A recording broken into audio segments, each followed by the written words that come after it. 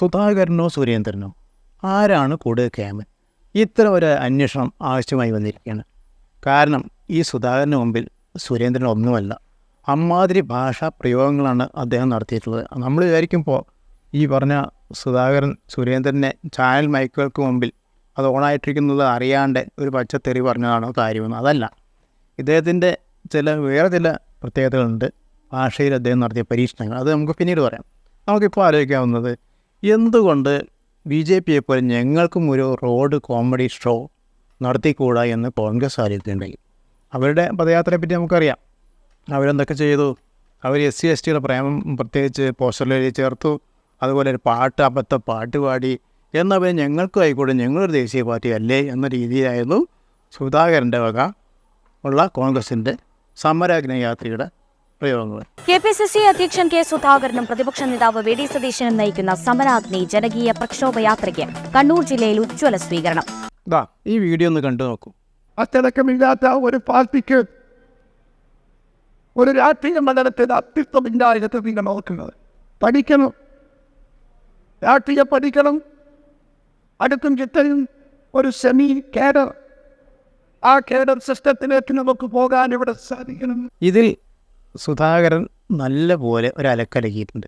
അത് സത്യം പറഞ്ഞാൽ അതിന് മുമ്പ് അവർ തമ്മിലുള്ള ഒരു പ്രശ്നത്തിൻ്റെ ഭാഗ്യമാണോ എന്ന് തോന്നും. ആ വീഡിയോയിൽ എന്താണ്?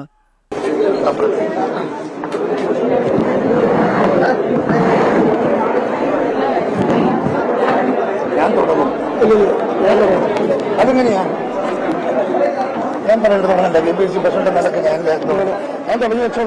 ഇവരെ പ്രസംഗിക്കാൻ നേരത്തെ ഞാൻ ആദ്യം സംസാരിക്കാം എന്ന് പറഞ്ഞിട്ട് വാശി പിടിക്കുകയാണ്. എന്നിട്ട് അവസാനം ചാനൽ മൈക്കുകളെല്ലാം കൂടി തള്ളി നീക്കുന്നു. അതുപോലെ ഇയാൾക്ക് VD സതീശനെ ഒരു മാല അണിയിക്കാൻ, ഒരു ഷാൾ അണിയിക്കാൻ വന്നപ്പോൾ തട്ടി തീക്കുന്നു. ഇതൊക്കെ ഉണ്ടായി. എന്നാൽ സുധാകരൻ പറഞ്ഞത് എന്താ? ഞങ്ങളുടെ പാർട്ടി, ഞങ്ങളുടെ കോൺഗ്രസ് സംസ്കാരമുള്ള പാർട്ടിയാണ്, അതിൽ യാതൊരുവിധ പ്രശ്നങ്ങളുമില്ല. അല്ലാതെ ഈ ചേട്ടാനിയന്മാരെ പോലെ ഞങ്ങൾ തമ്മിലുള്ള സൗഹൃദം മാത്രമേ ഞങ്ങൾക്കുള്ളൂ എന്നൊക്കെ പറഞ്ഞു. പക്ഷെ ആ യാത്രയിൽ ഉടനീളം അത് തിരുവനന്തപുരത്ത് എത്തുന്നത് വരെ അടിയായിരുന്നു എന്നാണ് വസ്തുത. അവസാനം ഒരു പരിപാടിയുടെ സമാപനത്തിലുള്ള ദേശീയഗാനത്തിലും അവർ വേണ്ട അത്ര പേര് ദർശനം കേൾപ്പിച്ചു. നമുക്ക് നോക്കാം ആ യാത്രയുടെ ഗതി എങ്ങനെയായിരുന്നു എന്ന്. സമരാജ്ഞയുടെ നായകൻ, കേരള പ്രദേശ് കോൺഗ്രസ് കമ്മിറ്റിയുടെ അധ്യക്ഷൻ ബഹുമാനനായ K. സുരേന്ദ്രൻ അവറുകളെ, K. സുധാകരൻ അവറുകളെ, ഇതൊക്കെ കണ്ടില്ലേ? ഈ വീഡിയോയിൽ തുടക്കം തന്നെ അപകടം ഉണ്ടായിട്ടുണ്ട്. അത് സ്വാഗതം പറഞ്ഞ ആൾക്ക് സ്വന്തം പാർട്ടിയുടെ നേതാവിൻ്റെ പേരറിയില്ല. സുധാകരൻ എന്നുള്ളതിന് പകരം അയാൾ പറഞ്ഞത് സുരേന്ദ്രനാണ്. എന്ന് പറഞ്ഞാൽ BJPക്കാരൻ്റെ പേരാണ് കോൺഗ്രസ്സുകാരൻ പറഞ്ഞത്. അപ്പോൾ അതിൽ വലിയ കുഴപ്പമൊന്നുമില്ല എന്നാണ് പലരും പറഞ്ഞത്. കേട്ടവർ പറയാം, നമ്മളെ മുഹമ്മദ് റിയാസ് ഉണ്ടല്ലോ മന്ത്രി, മൂപ്പരൊന്നും അതിലൊന്നും വലിയ പുതുമല്ല. തെറ്റിപ്പോയതാകാം. പക്ഷേ എന്തുകൊണ്ട് അങ്ങനെ വരുന്നു? രണ്ടുപേരുടെയും പ്രസ്താവനകൾ എടുത്തു നോക്കും. ഈ കഴിഞ്ഞ 2 കൊല്ലം BJP പ്രസിഡൻ്റെയും കോൺഗ്രസിൻ്റെ സംസ്ഥാന പ്രസിഡൻ്റെയും പ്രസംഗം എടുത്ത് പരിശോധിച്ചാൽ 2 പേരുടെയും പ്രസ്താവനകളും പ്രസംഗങ്ങളും ആൻറ്റി CPM ആൻറ്റി LDF മാത്രമാണ്. ഇത് രണ്ടും ഒരേ കണക്കാണല്ലോ. അവർ പൊതുവെ ഈ ഇടതുപക്ഷ ഭരണത്തിനെതിരെ അവർ ഒറ്റക്കെട്ടാണല്ലോ. അവർക്കൊരു പ്രശ്നമില്ലല്ലോ. എല്ലാ കാര്യങ്ങളും അവർ ഏതാണ്ട് ഇരട്ട മക്കളെ പോലെ തന്നെ. അപ്പോൾ അതിലൊന്നും കാര്യമില്ല. എന്തായാലും അതിൻ്റെ ഈ ഒരു തുടക്കം അവസാനം വരെ നടന്നു. ഇവിടെ ആൻ്റണിയാണെന്ന് വെച്ചാൽ അവിടെ പാനൂട്ട് രവിയാണ് അതിൻ്റെ നേതൃത്വം വഹിച്ചത്. കൊട്ടാരക്കരയിലെ സ്വീകരണ ഗീതത്തിലും ഉണ്ടായി നല്ല അടിപിടി. അതിൻ്റെ കാരണം ഗ്രൂപ്പുകൾക്ക് തന്നെ. ഒരു ഗ്രൂപ്പിൽപ്പെട്ട ആളുടെ പേര് മറ്റൊരാളുടെ സ്വാഗതത്തിന് പറഞ്ഞില്ല. സ്വാഗതം പറയുന്ന ആളെ തന്നെ മാറ്റിയിട്ട് വേറെ ആളെ കൊണ്ട് സ്വാഗതം പറഞ്ഞു. എന്തായാലും 130 പേര് വേദിയിലിരിക്കുമ്പോൾ ഇവരെയൊക്കെ സ്വാഗതം പറയണമെങ്കിൽ ഒരാളെ കൊണ്ട് കഴിയില്ല.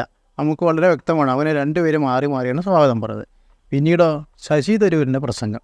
ആ ഉദ്ഘാടന പ്രസംഗം കഴിഞ്ഞ് നമ്മുടെ 2 പേര് സഹോദരന്മാർ അങ്ങോട്ടും ഇങ്ങോട്ടും തെറി വിളിച്ച് ഇപ്പോഴും സ്നേഹത്തിലുള്ള ആ സഹോദരന്മാർ പ്രസംഗിക്കാൻ ചെന്നപ്പോൾ അവിടെ ആളില്ല, കസേര മാത്രം.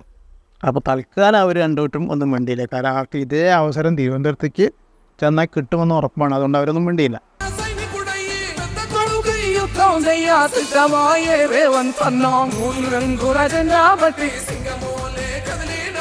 തിരുവനന്തപുരത്തെ ജാഥാ സ്വീകരണത്തിൽ, അതായത് സമാപന പരിപാടിയിൽ പ്രത്യേക പരിപാടികളുമായിട്ട് കോമഡി പരിപാടിയായിട്ട് വന്നത് പാലോട്ട് രവിയാണ്.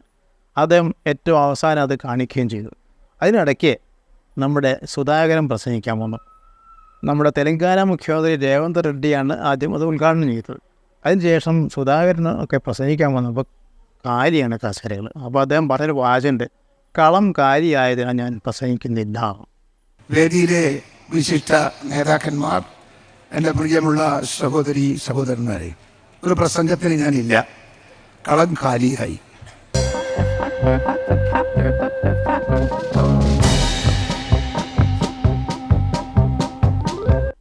അപ്പോൾ എന്താ സംഭവം എന്ന് വെച്ചാൽ, മൂപ്പർക്ക് പറയാനുള്ളതാണ്, ഈ ഒരു പരിപാടി ലക്ഷങ്ങളോളം പണം ചിലവാക്കി നടത്തുമ്പോൾ അത് കുറേ കൊട്ടിഘോഷിച്ച് നടത്തിയൊരു പരിപാടിയാണ്. ആ കൊട്ടിഘോഷിന് മൂപ്പര് കെട്ടിഘോഷിച്ച് തന്നെ പറഞ്ഞത് പോട്ടെ.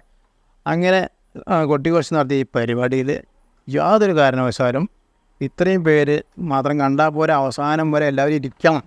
അപ്പോൾ പലരും ചിന്തിക്കും, ഇത് പോയവരോട് കൂടെ പറഞ്ഞിട്ടെന്താ കാര്യം. അപ്പോൾ പുള്ളി പറഞ്ഞു, ഇത് പോയ ആൾക്കാരോട് നിങ്ങൾ പറയണം, അല്ലെങ്കിൽ നിങ്ങൾ അതുപോലെ ആവരുത് എന്നാണ് എന്നൊക്കെ പറഞ്ഞു. അങ്ങനെ ആ രീതിയിൽ കാര്യങ്ങളൊക്കെ പറഞ്ഞ് മനസ്സിലാക്കി. അപ്പോഴൊന്നും അസഭ്യം പറഞ്ഞില്ല കേട്ടോ, നല്ല ഓർമ്മയുണ്ട്. സുധാകരനെ മറ്റേ ഫരീസിനെ പറഞ്ഞ ആ വാക്ക് കൂടെ പറഞ്ഞില്ല. വളരെ തന്മയത്വത്തോടെ മിതമായ ഭാഷയിലാണ് അദ്ദേഹം ചീത്ത പറഞ്ഞത്. ഇതിനിടയ്ക്ക് സുധാകരൻ പറഞ്ഞ മറ്റൊരു പ്രയോഗം കൂടി ഇവിടുന്ന് പറയേണ്ടതുണ്ട്. നമുക്കറിയാം, നേരെ വാ നേരെ പോകുന്നൊരു പ്രയോഗമുണ്ട്, നേരെ ചൊവ്വയെന്ന് വേറൊരു പ്രയോഗമുണ്ട്.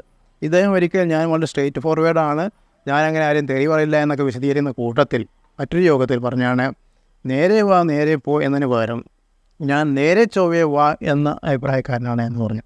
അതൊക്കെ അദ്ദേഹത്തിൻ്റെ ഭാഷാപരമായി കണ്ടുപിടുത്തുന്നത്. അത് പോട്ടെ.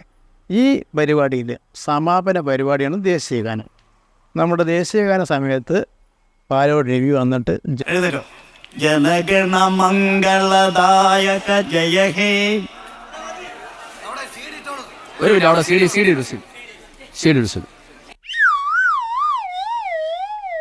ജനഗണ മംഗള എന്ന് തുടങ്ങി.